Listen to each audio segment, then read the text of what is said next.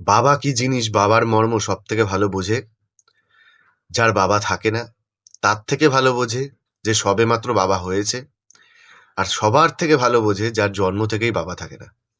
সেই বোঝে আসলে বাবার মর্মটা কি। বটগাছ ফুল দেয় না, ফল দেয় না, তবুও বটগাছকে গাছের রাজা বলা হয়, কারণ ছাওয়াটা দেয়। বয়সকালে বাবারা এরকমই হয়, ফল ফুল না দিতে পারলেও ছাওয়াটা দেয়, মাথার উপর ছাতাটা হয়ে থাকে, মনের ভেতর একটা ভরসা থাকে। এখন কথা বলবো আমি একটা সিনেমা নিয়ে। সিনেমাটার নাম বনবাস। ডিরেক্ট করেছে অনিল শর্মা, অ্যাক্টিং করেছে, লিডিং কাস্টে ছিল নানা পাটেকর। সিনেমাটার স্টোরিটা, বেসিক স্টোরি হচ্ছে, তিন ছেলে নিজেদের টাকার জন্য, টাকার লোভে বাবাকে বেনারসিতে একটা বৃদ্ধাশ্রমে রেখে আসে, এবং সেখানে রেখে আসার পরে তার হাত তার প্রবলেম এটা ছিল যে তার বাবা নানা পাটেকর কোনো কিছু মনে রাখতে পারে না। একটা টাইমের পরে তার সমস্ত স্মৃতি হারিয়ে গেছে, নতুন কোনো স্মৃতি তার তৈরি হয় না। তার জন্য সে তার নিজের পরিচয়, তার ঠিকানা কিছুই বলতে পারে না, নামটা অবধি জানে না। সে শুধু খুঁজে বেড়াচ্ছে তার ছোট ছেলেদেরকে। সে এখনো মনে করছে যে তার ছেলেরা ছোট আছে, কারণ তার স্মৃতিটা নেই আর।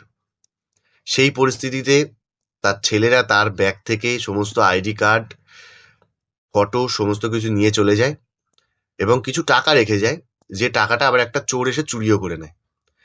সেই চোরটাই তারপরে গিয়ে সেই লোকটাকে তার সমস্ত জীবন ফিরিয়ে দেয়, তার ছেলেদের কাছে পৌঁছে নিয়ে যায়। তারপর কি কি হয় সেগুলো সিনেমা দেখে বুঝতে হবে। তো সিনেমার পজিটিভ দিক, সিনেমার স্টোরিটা খুব ভালো, রেলেভেন্ট স্টোরি, ভালো লাগবে। সিনেমা অ্যাক্টিং করেছে যারা, লিডিং কাস্টের দু তিনজন ভালো অ্যাক্টিং করেছে, কিন্তু প্রবলেম হচ্ছে সাপোর্টিং কাস্টের অ্যাক্টারগুলো সব ম্যাক্সিমাম সব কমেডি অ্যাক্টার নিয়ে নিয়েছে, যে জন্য অ্যাক্টিংগুলো তারা সাপোর্টিং কাস্টগুলো ভালো করতে পারেনি। লিডিং কাস্টের অ্যাক্টিং, নানা পাটেকর খুব দারুণ অ্যাক্টিং করেছে। আপনার মানে চোখে জল আসবেই আসবে। কিছু কিছু ইমোশনাল সিন আছে যেগুলো দেখে আপনি স্থির হয়ে বসে থাকতে পারবেন না, এটুকু গ্যারেন্টি। তার সাথে যে ব্যাকগ্রাউন্ড স্কোর, ব্যাকগ্রাউন্ড বিজিএম চলে আর গানগুলো চলে, সেই গানগুলো অসাধারণ। মানে আপনি একটা অন্যই দুনিয়ায় পৌঁছে যাবেন, এত সুন্দর গানগুলো করেছে। হ্যাঁ, কিছু প্রবলেম আছে সিনেমাটায়। একটা তো বললাম যে অ্যাক্টিং, সাপোর্টিং কাস্টের অ্যাক্টিংটা ভালো ছিল না। দ্বিতীয় হচ্ছে স্ক্রিন প্লেটা আরেকটু অন্যরকম করলে ভালো লাগতো, সেটা আরও বেশি এঙ্গেজিং হতো। এমনি এরকম নয় কি সিনেমাটা বোরিং করবে, একদমই বোরিং করবে না, কিন্তু আরেকটু অন্যরকম হলে ভালো লাগতো।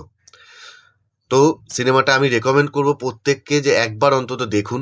এখন আপনারা ফোনেই দেখতে পাবেন, সিনেমা হলে যেতে হবে না। সিনেমাটা রিলিজ করেছিল অনেকদিন আগে হলে, এখন সেটা হল থেকে চলে এসছে, এখন ফোনে চলে এসেছে, ফোনে দেখতে পারবেন।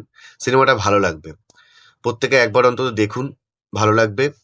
তো এই ছিল ভিডিও, ভালো লাগলে কমেন্ট, লাইক করুন, কিছু বলার থাকলে কমেন্ট করুন। ধন্যবাদ।